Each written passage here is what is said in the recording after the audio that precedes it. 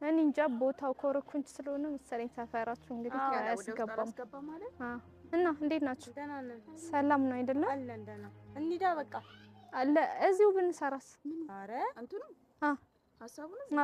አረ ማለት ይኸው እዚህ ጋር ፖሉ ጋር ምናምን ብንሰራስ? አይ ቤት ይሻላል። እኔ ጋርም ቤት ማንም ስለሌለ ማንም የለም ቤት ማንም የለም።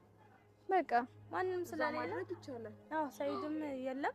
ሰይድም እንደምታውቂው የመን ያለው በቃ እኛ ጋር እንሰራለን ማለት ያው አሁን እዚህ ውጪ ላይ መስራት ትንሽ አይሆንም።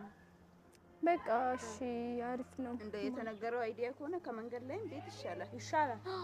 በቃ እንሂድ በቃ ክፍያችንን ግን ያው አረ እንደነገርኳችሁ ነው። እሱ ያሳስባችሁ። እርግጠኛ ነሽ? አራው ብቻ ልምምድ ለማመድ በደንብ ችግር የለውም ስለ ክፍያው።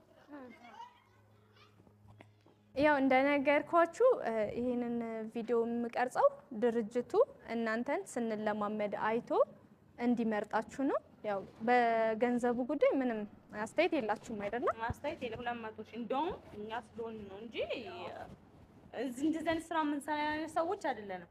ግን ያው ሴት ለሴት ሰፖርት መደራረግ አለባት በሚለው ነው እንጂ እኔ ባሌ ምንም አላሳነሰብኝም። አብሽር ችግር የለውም። እንግዲህ የተነጋገርነው ከነሱ ጋራ 600 ሺህ ብር ነው።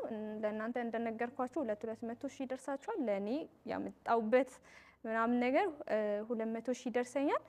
እነሱ ከወደዱት እዚሁ እንዳያችሁ ይሄን ለኔ ከሚደርሰኝ 200 ሺህ ብር የካሜራ የመጣውበት የመኪና ምናምን ነገር አለ። ግን እናንተ ችግር የለውም ዩቲዩብ ላይ ተዋችኋል እና እናንተ ኃይለኛ ስለሆናችሁ ይሄንን ነገር ስራ ትመጥኑታላችሁ ብለው ስላሰቡ በስተጨማሪም ደግሞ ያው ልምምድ አድርገን ያለውን ነገር እናሳያችኋለን። ግን ያው እዚህ መሆኑ ደግሞ አሪፍ ነው። መጀመሪያ እኔ ውጪ ምናምን ነገር ነበር ያሰብኩት። የቤት ራሱ አላስከፈልኩሽም። አራብስ አይ ማስታወቂያውን እዚህ አይደለም የምንሰራው፣ ያው እዚህ ለልምምድ ነው እንጂ ማስታወቂያውን የምንሰራው አዲስ